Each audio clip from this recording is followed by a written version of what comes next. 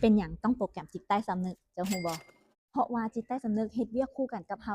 95%กันเลยนะบอกเลยว่าจิตใต้สำนึกนี่เป็นเข็มทิศชีวิตของเฮาโดยตรงเลยถ้าเจ้าอยากจะมีชีวิตที่ดีขึ้นเจ้าจะต้องโปรแกรมจิตใต้สำนึกใหม่ทุกอย่างเลยเนาะเพราะเมื่อในอดีตที่ผ่านมาเฮาโปรแกรมจิตในด้านบ่ดีมันจึงเฮ็ดให้ชีวิตของเฮาปัจจุบันนี้มันบ่ได้มีเรื่องราวดีๆเข้ามาหลายจนที่เฮาต้องการปรารถนา ถ้ามื้อนี้เฮาต้องการอยากจะเปลี่ยนแปลงอนาคตมีแต่สิ่งดีๆเข้ามาเฮาจะต้องเริ่มโปรแกรมจิตใต้สำนึกของเฮาใหม่ตั้งแต่มื้อนี้ไปเลยเนาะโปรแกรมพลังงานบวกโปรแกรมสิ่งที่เฮาต้องการปรารถนาสั่งจิตใต้สำนึกในสิ่งที่เฮาต้องการปรารถนาแบบชัดเจน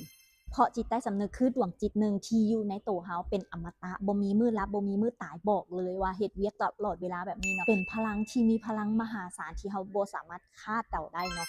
จิตใต้สำนึกเป็นพลังงานอัตโนมัติเนาะเฮ็ดหน้าที่อัตโนมัติเลยในชีวิตของเฮาถ้ามื้อนี้เจ้าอยากจะมีชีวิตที่ดีขึ้นเจ้าจะต้องเริ่มต้นจากการโปรแกรมจิตใต้สำนึกของเจ้าและถ้ามื้อนี้เจ้าอยากจะเรียนรู้วิธีการโปรแกรมจิตใต้สำนึกโดยที่เจ้าเจาะลึกเข้าไปวิธีการเวลาการโปรแกรมจิตใต้สำนึกหรือเทคนิคการโปรแกรมจิตใต้สำนึกให้เห็นผลแบบนี้เนาะเจ้าสามารถเรียนรู้ได้เลยเนาะในคอร์สของเฮาก็มีให้เนาะคอร์สของเฮามีหลายคอร์สให้เลือกเลยเนาะบ่ว่าจะเป็นคอร์สโปรแกรมด้านการเงินหรือโปรแกรมเรื่องสุขภาพการงานแบบนี้เนาะหรือถ้ามื้อนี้เจ้าต้องการอยากจะเรียนรู้เทคนิคเคล็ดลับวิชาเจ้าก็สามารถเข้าไปอยู่ในกลุ่มได้เลยเนาะมีเทคนิคมีเคล็ดลับมีเครื่องมือให้ครบเลยอยู่ที่ว่าเจ้าพร้อมหรือยังถ้าพร้อมทักแชตได้เลย